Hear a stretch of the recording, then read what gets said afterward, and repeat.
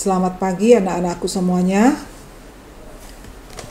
Hari ini kita akan mempelajari tentang penyimpangan semu hukum Mendel. Sebelumnya Ibu mau menyapa kamu dulu. Apa kabarnya semuanya?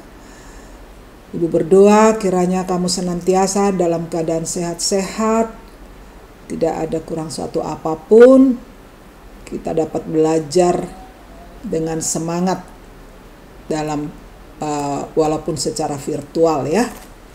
Nah, Ibu harapkan tetap kamu rajin, semangat, karena sebentar lagi juga kita akan masuk dalam proses PAS ya, ujian akhir semester ganjil.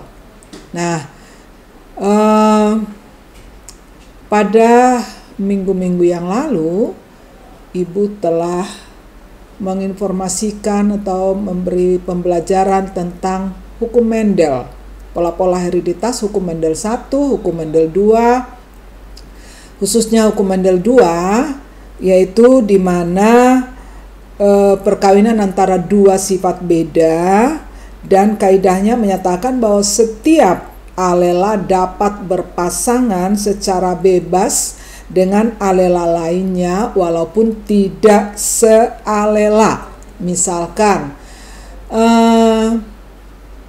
tanaman tinggi ya, tanaman tinggi TT berbuah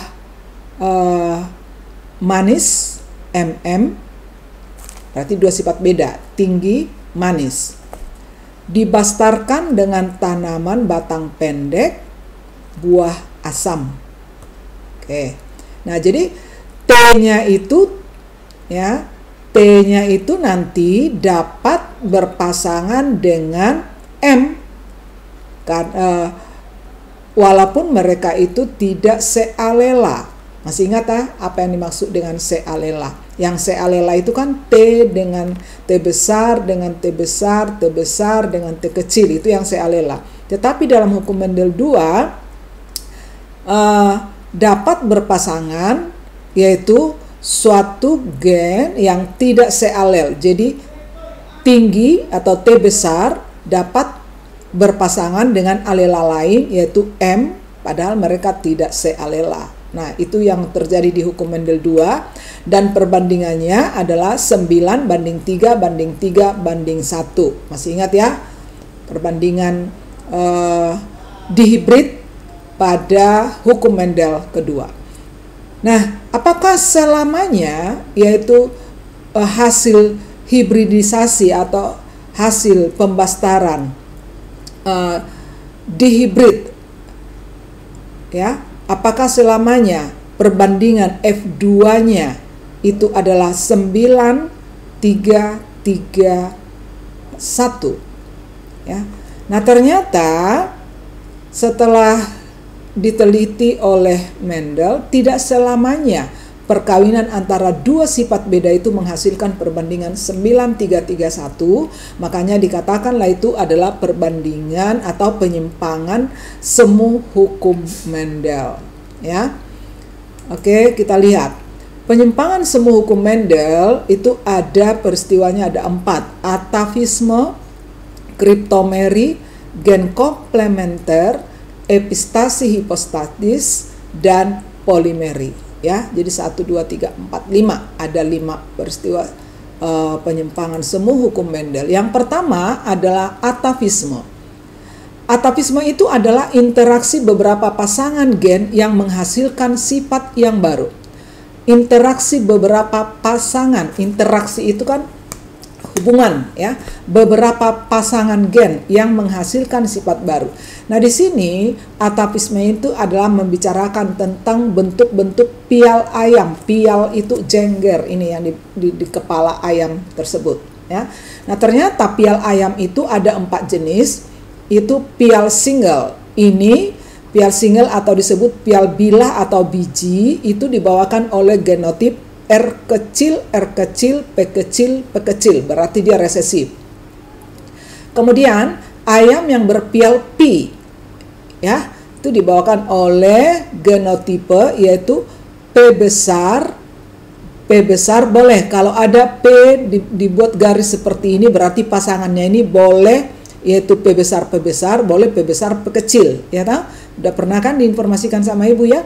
Nah, jadi pial P ini ya dibawakan oleh genotip P besar garis R kecil ya. Berarti P-nya ini dominan terhadap R kecil. Nah, kemudian pial ros. Pial ros ini bentuknya seperti ini, seperti bunga ros ini ya. Nah, pial ros ini dibawakan oleh genotipe R besar garis P kecil. Nah, kemudian yang terakhir adalah walnut. Ini adalah sifat baru, yaitu hasil perkawinan antara ayam pial P dengan ayam pial ros. Nah, di sini ya, sehingga genotip daripada ayam walnut ini adalah R besar garis P besar garis ya.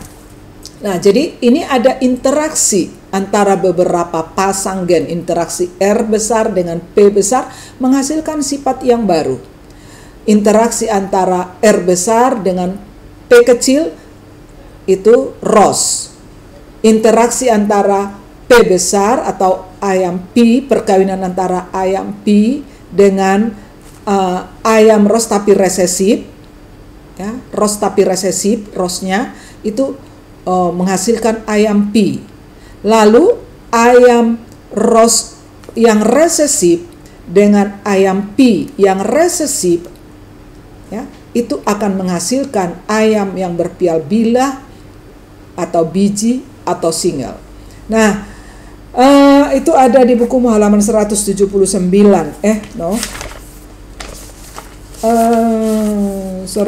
Halaman 195 ya, dibuka bukunya. Di situ ada dikatakan jika ayam berjengkel ros murni dikawinkan dengan ayam berjengkel single murni. Jadi kalau ini ros dikawinkan dengan ayam yang berjengkel yaitu single. Ini single kan resesif ya, maka akan dihasilkan ayam ros. Jika ayam P ya berjengkel P dikawinkan dengan ayam berjengkel single, itu hasilnya P. Tetapi bila ayam ros dikawinkan dengan ayam P, maka dia akan menghasilkan sifat yang baru yaitu walnut. Nah, perbandingannya tetap seperti perbandingan dihibrid pada hukum Mendel, yaitu 9-3-3-1. Nah, kalau begitu yang mana yang menyimpang? Ya, yang mana yang menyimpang? Perbandingannya sama. Nah, yang menyimpang ini ditemukannya sifat yang baru ini. Ya, itu kalau atapisme. Lalu kriptomeri atau gen tersembunyi. Pada kriptomeri perlu diperhatikan tentang ada tidaknya yaitu antosianin. Jadi ini adalah perkawinan antara dua bunga Linaria marocana yang berbunga putih ya dengan merah, tapi dengan memperhitungkan seperti ini. Antosianin. Pada kriptomeri perlu diperhatikan tentang ada tidaknya antosianin, yaitu pigmen yang dibawakan oleh genotip A besar. Kemudian yang tidak ada pigmen yaitu A kecil. Kemudian pH ya, derajat keasaman kondisi basa bergenotip B besar. Kemudian pH dalam kondisi asam itu B kecil. Jika terjadi persilangan bunga Linaria maricana menghasilkan F2 sebagai berikut ya. A besar B garis akan menghasilkan tanaman berbunga ungu. Itu 9 ya. Ada antosianin, ada pigmen dalam kondisi basa, ya. Nih, ada antosianin A dalam kondisi basa B, maka akan menghasilkan warna ungu. Nah, jadi setiap nanti perkawinan bunga itu bila ditemukan ada A besar dengan B, maka dia akan menghasilkan warna ungu. Kemudian, jika ada antosianin, ya, tetapi pH-nya dalam kondisi asam, ya, pH-nya dalam kondisi asam, maka bunganya merah. Jika tidak ada antosianin dalam kondisi basa, maka dia akan menghasilkan warna putih. Jika tidak ada antosianin dalam lingkungan pH-nya itu adalah asam, maka dia menghasilkan warna putih. Ya. Nah, sekarang ya, langsung kita buat seperti ini ya, dihibridkan seperti ini 9331, langsung kita turunkan ke bawah. Nah, kita kumpulkan sekarang yang berwarna ungu berapa? 9, yang berwarna merah 3, yang berwarna putih 4. Jadi perbandingan daripada kriptomeri itu adalah 9 berbanding 3 berbanding 4. Ya, jadi konsepnya ini ya, ada tidaknya antosianin dan kemudian pH-nya bagaimana. Ya. Nah, kemudian epistasis dengan hipostasis. Ini adalah salah satu bentuk interaksi di mana gen dominan mengalahkan gen dominan lainnya yang bukan sealela, ya. Salah satu bentuk interaksi di mana gen dominan mengalahkan gen dominan lainnya yang bukan sealela. Epistasis, ya, epistasis itu adalah yang menutupi, ya, gen dominan yang menutupi, sedangkan hipostatis adalah yang ditutupi. Ya. Nah, ini adalah gambar gen yang sealela. A sealela dengan A besar, sealela dengan A kecil, B kecil sealela dengan B besar. Ini contoh gambar kromosom. Jadi epistatis itu adalah gen dominan yang menutupi ekspresi gen dominan lainnya. Sedangkan hipostatis adalah gen dominan yang ditutupi, hipo kan di bawah ya. Jadi dia tertutupi oleh gen dominan lainnya. Epistasis dan hipostasis tersebut ya. Nih, epistasis itu adalah sifat yang menutupi sifat lain, artinya dia lebih menang padahal sama-sama dominan, tapi dia lebih menang lagi. Sedangkan hipostasis itu adalah sifat yang ditutupi. Perhatikan di sini. H hijau dominan terhadap, saya ulangi, H besar ya, membawakan warna hijau, dia dominan terhadap K besar yaitu kuning. Jadi bila nanti ada H besar dengan K besar, H ini walaupun mereka sama-sama dominan, H ini masih lebih dominan. Jadi sifat si H ini nanti yang muncul ya. Dalam hal ini gen H lebih dominan dari gen K besar, atau H besar menutupi gen K besar walau sama-sama dominan, atau H epistatis terhadap K. Itu pengertiannya ya. Nah, epistatis yang demikian adalah epistatis dominan. Jadi epistatis itu ada dua, satu epistatis dominan, satu epistatis resesif. Kalau dikatakan epistatis dominan adalah di mana ada gen dominan menutupi gen dominan yang lain, atau ada gen dominan menutupi gen dominan dan gen-gen yang lain. Ya, itu epistatis epistatis dominan. Nah, kita lihat di sini. Bila bertemu H besar garis dengan K besar, maka warnanya akan hijau 9.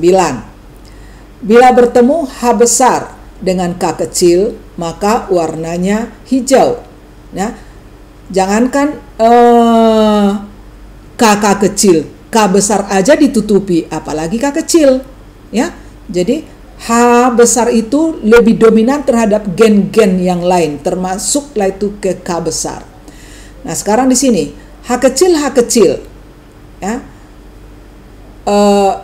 dengan K besar garis, maka ini warnanya kuning karena ini K besar. Sedangkan kalau bertemu H besar, H kecil dengan KK kecil, maka warnanya adalah putih.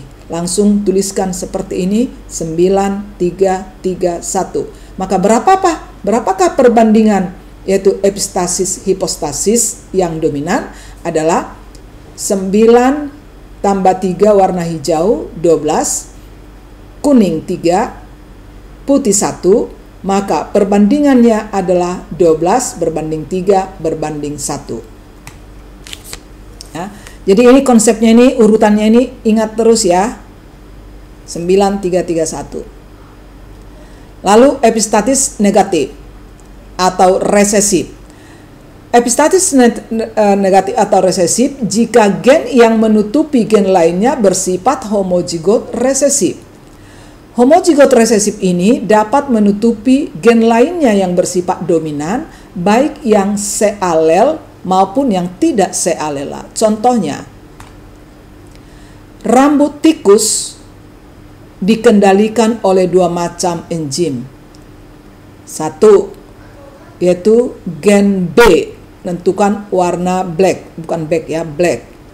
Gen G besar membawakan gen warna grey. Jika gen B besar dengan gen G besar muncul secara bersama-sama, maka dia akan mengekspresikan warna abu-abu. Tetapi jika hanya B besar, maka warna rambut tikus itu hitam atau black. Jika terdapat alela resesif, yaitu B kecil, maka warnanya akan putih. Artinya, gen homozigot B kecil ini epistatis terhadap yang lain. Artinya, di sini yang B kecil ini walaupun ini resesif, tapi dia lebih menang, dia sanggup menutupi yaitu yang lain. Jadi di sini apabila terjadi perkawinan, dari hasil perkawinan itu ada ditemukan B besar bertemu dengan G besar, maka dia akan menghasilkan abu-abu. Ya. Nah, sekarang jika dari hasil perkawinan ya ada B besar garis G kecil ya, maka warnanya hitam.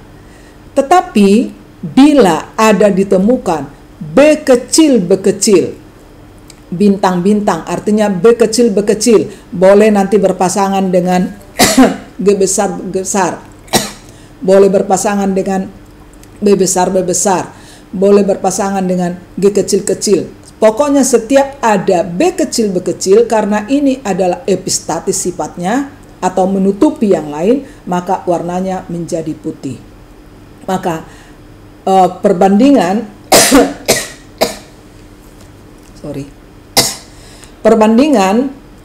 F2 epistatis homozigot resesif adalah 9 berbanding 3 berbanding 4. Ya. Itu kalau epistatis. Jadi epistatis itu ada dominan, ada resesif atau negatif. Kalau dikatakan yang dominan, apabila ada gen dominan menutupi gen dominan lainnya atau gen-gen resesif yang lain. Tapi kalau epistasis resesif adalah apabila ada ditemukan yaitu B kecil ini ya, bukan G kecil ya, B kecil, dia akan menjadi warna putih. Contoh di sini, persilangan tikus berambut hitam dikawinkan dengan tikus berambut putih. Nah, ini kan penyimpangan semu hukum Mendel ini kan perkawinan 2 sifat beda ya. Jadi di sini perkawinan tikus berambut hitam berarti black B besar, G kecil, dikawinkan dengan berambut putih, yaitu B kecil, G besar, ya. Maka gametnya adalah ini B besar, G kecil, G besar. Maka turunan pertama adalah B besar, B kecil, G besar, G kecil, atau berwarna abu-abu karena B besar bertemu dengan G besar berwarna abu-abu. Nah, sekarang bagaimana perbandingan F2-nya jika F1 dikawinkan dengan F1? Artinya B besar, B kecil, G besar, G kecil dikawinkan sesamanya. Nah, dalam hal ini perlu kita ingat kembali cara mencari gamet yang heterozigot. Ini kan hetero, ya. Kita memakai sistem pohon saja, yaitu ya kita langsung buat seperti ini konsepnya. B besar, B besar, B besar, B kecil, B kecil, B kecil. Nanti disandingkan dengan G besar, G besar, G besar, G kecil, G kecil, G kecil. Ingat, mencari gamet heterozigot. Jadi perbandingan, dari sini langsung kemari, buat begini, 1, 2, 1. Ini B besar, ya. Ini disandingkan dengan 1 GG besar, 2 G besar, G kecil, 1 G kecil, G kecil. Maka hasilnya 1 kali 1, 1. B besar, B besar, G besar, G besar. Kalau ini 1 kali 2, 2. Jadi gametnya B besar, B besar, G besar, G kecil. Hasilnya adalah abu-abu. Lalu 1 B besar, B besar, ya, disandingkan dengan G kecil, G kecil. Maka hasilnya 1 B besar, B besar, G kecil, G kecil. Nah, ini warnanya black atau hitam. Nah, lalu heterozigotnya. Lalu langsung kamu buat 2 seperti ini, ya. B besar, B kecil. Ya. Ini buat 1, 2, 1. Oke. Disandingkan dengan G besar, G besar. Hasilnya 2 kali 1, 2. B besar, B kecil, G besar, G besar. B bertemu dengan G, berarti abu-abu. B besar, B kecil. Disandingkan dengan 2. G besar, G kecil. 2 kali 2, berarti 4. Gametnya B besar, B kecil, G besar, kecil. B besar bertemu dengan G besar, berarti hasilnya abu-abu. 2 B besar, B kecil. Disandingkan dengan 1 G kecil, G kecil. Hasilnya 2 B besar, B kecil, G kecil, kecil. Hasilnya black atau hitam. Nah, sekarang yang resesifnya 1, lalu 1, 2, 1. Sandingkan dengan G besar, G besar. Hasilnya 1 kali 1. Berarti 1 B kecil, B kecil, G besar, G besar. Ini adalah epistatis, berarti hasilnya putih. Sekarang B kecil, B kecil dengan 2 G besar, B kecil. Hasilnya 2 B kecil, B kecil, G besar, G kecil. Ini epistatis, berarti hasilnya putih. Wow, ada yang salah. B besar, B kecil dengan G kecil, G kecil. Maaf, ini harus B kecil ya. Maaf. Ini hasilnya berarti 1 B kecil, B kecil, G kecil, G kecil. Ya, ini B kecil, B kecil berarti epistatis, berarti putih. Nah, sekarang kita kumpulkan. Yang abu-abu ada berapa banyak? Ini 2, 3, ini 2, 4 berarti 9. Yang hitam ini 1, 2 berarti 3, berarti yang putih ya. Ini 1, 2 berarti ini ada 4. Jadi perbandingannya 9 banding 3 banding 4. Bukan lagi 9, 3, 3, 1. Walaupun ini perkawinan dihibrid. Makanya dikatakan menyimpang dari hukum Mendel. Kemudian nomor 4, yaitu gen komplementer, yaitu interaksi antara gen-gen dominan yang saling menguntungkan, saling melengkapi dalam mengekspresikan suatu sifat. Jadi misalkan antara saya dengan kamu saling membutuhkan, ya. Jadi ini bila ada perkawinan dihibrid dari suatu tanaman yang bersifat gen komplementer, bila terdapat ada yang dominan, ya, yang dominan itu interaksi antara gen-gen dominan yang saling melengkapi. Jadi ada gen dominan di sini, maka warnanya adalah ungu. Ya. Kemudian ada salah satu gen dominan, yang lainnya resesif. Ya. Ada saya, tetapi kamu tidak ada. Berarti warnanya putih. Ya. Kalau saya bergabung dengan kamu karena kita saling membutuhkan, maka ini warna ungu, gitu ya. Nah sekarang saya tidak ada, kamu ada, hanya satu ya, berarti warna putih. Saya tidak ada, kamu tidak ada, warnanya putih. Jadi artinya di situ gen komplementer itu adalah gen-gen yang saling membantu. Ya, bantu saya supaya kamu saya bantu. Artinya seperti itu. Jika hanya satu yang ada, berarti warnanya putih. Nah, buat seperti ini 9331. Ya. Nah, sekarang ungunya 9, putihnya yaitu 7. Berarti perbandingan gen komplementer itu adalah 9 berbanding 7. Ini sebenarnya adalah perkawinan antara gen penumbuh bahan mentah pigmen, sedangkan T besar adalah gen penumbuh enzim yang mengubah bahan mentah itu menjadi pigmen. Nah, jadi jika suatu tanaman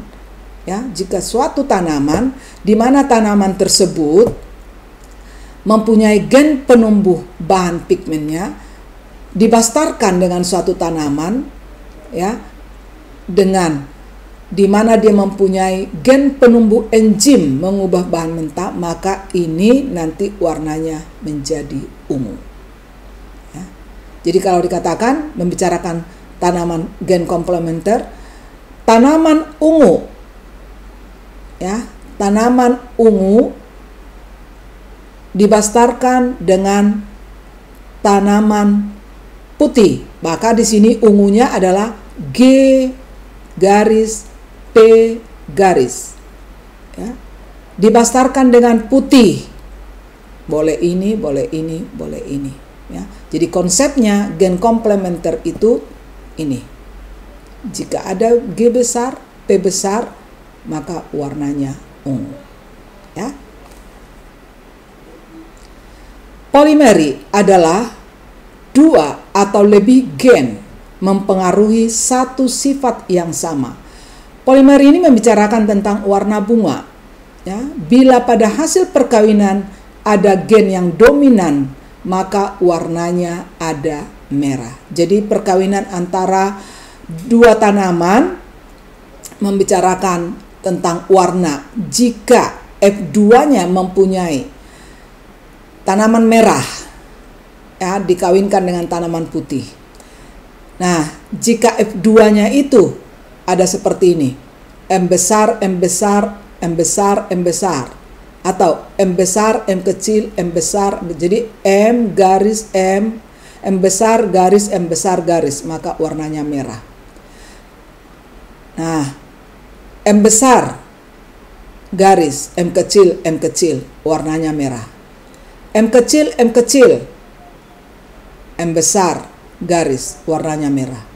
Nah, artinya di sini, di dalam polimeri ini, setiap ada satu atau lebih dari satu M besar, itu udah membawakan warna merah. Tetapi kalau dia M kecil, itu warna putih. Oke. Nah, sekarang berarti perbandingan F2-nya polimeri itu merah berbanding putih, yaitu 15 berbanding 1. Ini 9 tambah 3 tambah 3, 15 berbanding 1. Itulah tentang polimeri. Jadi konsepnya. Jadi Ibu sekarang hanya menginformasikan konsepnya supaya kamu baca di buku itu, ya. Nah, setelah nanti kamu baca baru ingat konsep ini, ya. Setiap ada, yaitu M besar itu adalah merah. Itu tentang polimeri, membicarakan tentang warna di mana dua atau lebih gen mempengaruhi satu sifat yang sama. Demikian yang dapat Ibu sampaikan tentang penyimpangan semu hukum Mendel. Jangan lupa, supaya kamu mengerti dengan apa yang saya berikan, kamu harus membaca buku cetaknya, ya. Jadi konsep yang Ibu berikan, ya, akan bisa kamu mengerti. Terima kasih. Wassalamualaikum warahmatullahi wabarakatuh.